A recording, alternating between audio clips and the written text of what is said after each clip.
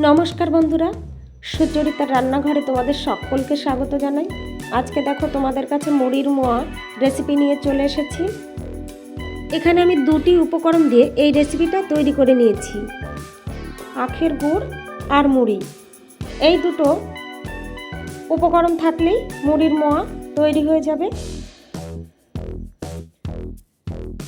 আমার এই ভিডিওটা স্কিপ না করে শেষ পর্যন্ত দেখার অনুরোধ রইল সকলের কাছে। আর বন্ধুরা, অবশ্যই একটা লাইক দিয়ে আমার ভিডিওটা দেখা শুরু করো। তোমাদের একটা লাইক আমার জন্য ভীষণ মূল্যবান। দেখো, আমি এখানে 500 গ্রাম মুড়ি নিয়ে নিয়েছি। এবার এই মুড়িটা একটা অ্যালুমিনিয়ামের গামলায় ঢেলে নিলাম।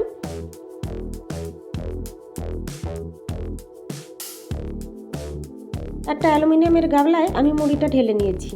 আর এদিকে দেখো 1 কেজি আখের গুড় আমি নিয়ে নিয়েছি। 500 মুড়ির জন্য আমি 1 কিলোগ্রাম আখের গুড় নিয়ে নিলাম। এবার একটা কড়াই নিয়ে নিয়েছি। গ্যাস ওভেন অন করে এই কড়াইয়ের মধ্যে গুড়টা দিয়ে দিলাম। এবার এই গুড়টা আমি জাল করে নেব। এই মুড়ির মোয়াটা আমি লক্ষ্মী পুজোর জন্য তৈরি করছি বন্ধুরা। কোজাগরী লক্ষ্মী পুজোটা আমার শারীরিক কারণের জন্য দেওয়া হয়নি। আমি শারীরিকভাবে অসুস্থ ছিলাম, তাই এই মাঘী পূর্ণিমায় আমি লক্ষ্মী পুজোটা করব। সেই জন্য মুড়ির মোয়া আমি রেডি করে নিচ্ছি। বন্ধুরা, আমি একা একদিনে আমি সব কিছু করতে পারবো না, তাই মুড়ির মোয়াটা আমি আগেই তৈরি করে নিলাম, আর সেটাই তোমাদের সঙ্গে আজকে শেয়ার করে নিচ্ছি। দেখো, গুড়টা আমি জাল করে নিয়েছি। এই খুন্তির সাহায্যে আমি যেভাবে ধরেছি এইভাবেই বোঝা যাবে গুড়টা পারফেক্ট জাল হয়েছে কি না। গুড়টা খুন্তির বাইরে একটা সুতোর মতো হয়ে যাবে, তাহলে বুঝতে হবে গুড়টা পারফেক্ট জাল হয়েছে। এই গুড়টা আমি মুড়ির মধ্যে ঢেলে দিলাম। এবার খুন্তি দিয়ে মুড়ির সঙ্গে গুড় ভালোভাবে মিশিয়ে নেব। কড়াইয়ের মধ্যে একটু গুড় রয়ে গেছে, সেটা আমি এর মধ্যে পরে মিশিয়ে দেব। খুন্তি দিয়ে মুড়ির সঙ্গে গুড়টা ভালোভাবে মিশিয়ে নিচ্ছি।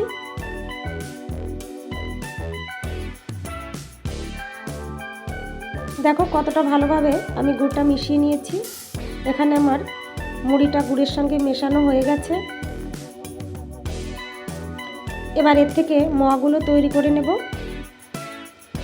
ঠান্ডা হয়ে গেলে হবে না বন্ধুরা, গরম থাকতে থাকতেই আমি মোয়াগুলো এখানে তৈরি করে নেব। গরম থাকা অবস্থায় মোয়াগুলো তৈরি করে নিতে হবে, না হলে পরে শুকিয়ে গেলে আর মোয়াগুলো তৈরি করা যাবে না।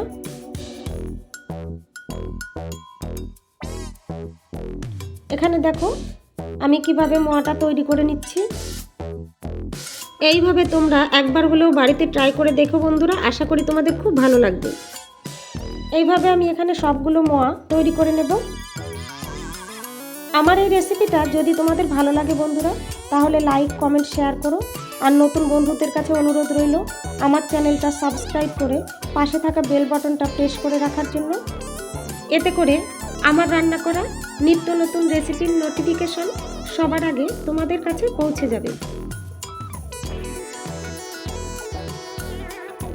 দেখো বন্ধুরা, এখানে আমি এইভাবে সবগুলো মোয়া তৈরি করে নিয়েছি। একটা পেপার বিছিয়ে আমি মোয়াগুলো রেখে দিয়েছি। একটু ঠান্ডা হলে আমি মোয়াগুলো পরিবেশন করে দেব। দেখো, এখানে আমি মোয়া পরিবেশন করে দিয়েছি।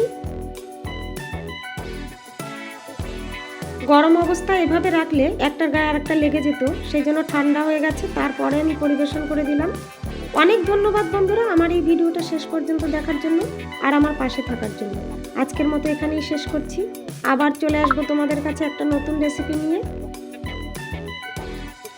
ততক্ষণের জন্য তোমরা সবাই ভালো থেকো, সুস্থ থেকো।